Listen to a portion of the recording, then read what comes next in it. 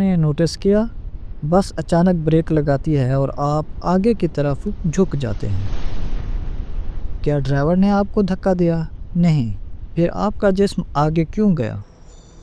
इसी सवाल का जवाब छुपा है Newton's first law of motion में।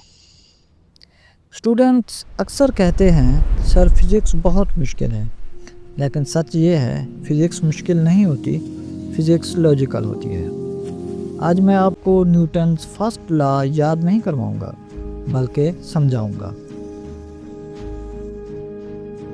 सबसे पहला कंसेप्ट समझो, चीज़ें अपनी मर्जी से कुछ नहीं करते। अगर कोई ऑब्जेक्ट रेस्ट में है, वो रेस्ट में रहना चाहता है।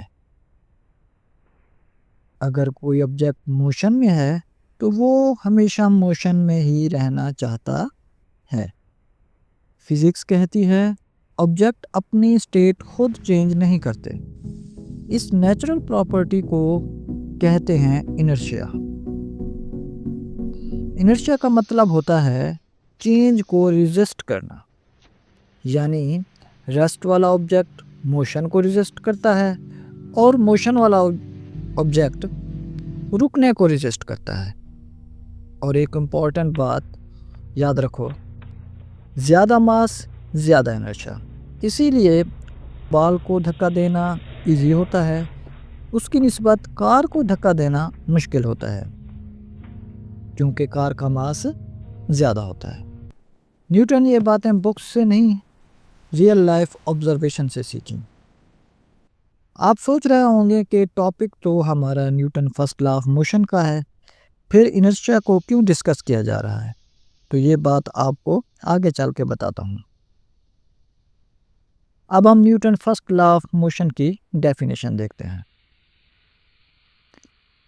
An object remains at rest or continues to move with uniform velocity in a straight line unless acted upon by an external unbalanced force।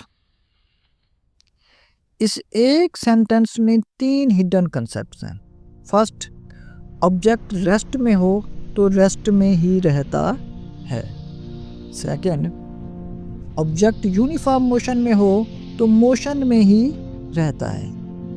Third, इसमें जो कंसेप्ट है मेन ये है, बट कंडीशन ये है कोई एक्सटर्नल फोर्स उस पर एक्ट ना करे। यानी अगर कोई एक्सटर्नल फोर्स एक्ट ना करे तो जो चीज़ रेस्ट में है वो हमेशा रेस्ट में ही रहेगी, और जो मोशन में है वो हमेशा मोशन में ही रहेगी। ये है Newton first law of motion. अब इसको हम रियल लाइफ एग्जांपल से समझते हैं।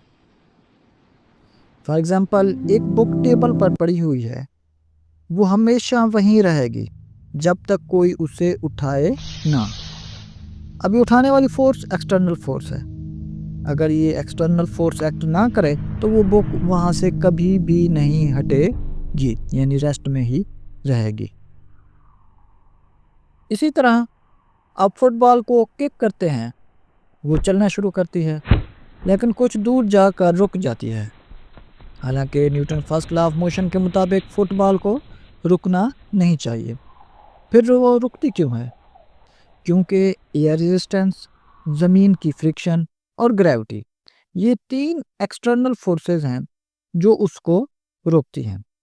अगर ये फोर्सेस हटा दी जाए तो फुटबॉल कभी भी नहीं रुकेगी, वो हमेशा मोशन में ही रहेगी। एक स्पेस से आप एग्जांपल लेते हैं।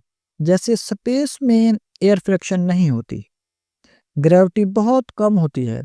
अगर स्पेस में एक ऑब्जेक्ट को पुश करो, वो हमेशा चलता रहेगा। Newton first law of motion को लॉ ऑफ इनर्शिया भी कहते हैं, इसीलिए आपको इनर्शिया के बारे में बताया है। चलो इनर्शिया को एग्जांपल से समझते हैं। आप बस में खड़े हैं, बस अचानक ब्रेक लगाती है, आपका जिस्म आगे झुक जाता है। क्यों? क्योंकि आपका जिस्म मोशन में था और इनर्शिया कहता है मोशन कंटिन्यू रहना चाहिए। इसीलिए सीट बेल्ट ज़रूरी होती है ताकि वो इनर्शिया के इफ़ेक्ट को रोक सके। ये है Newton first law of motion. अगर आप चाहते हो कि फिज़िक्स विजुअल, लॉजिकल और इजी बन जाए तो चैनल को सब्सक्राइब करें। हमारा अगला लेक्चर होगा Newton second law of motion पर। अल्लाह हाफिज़।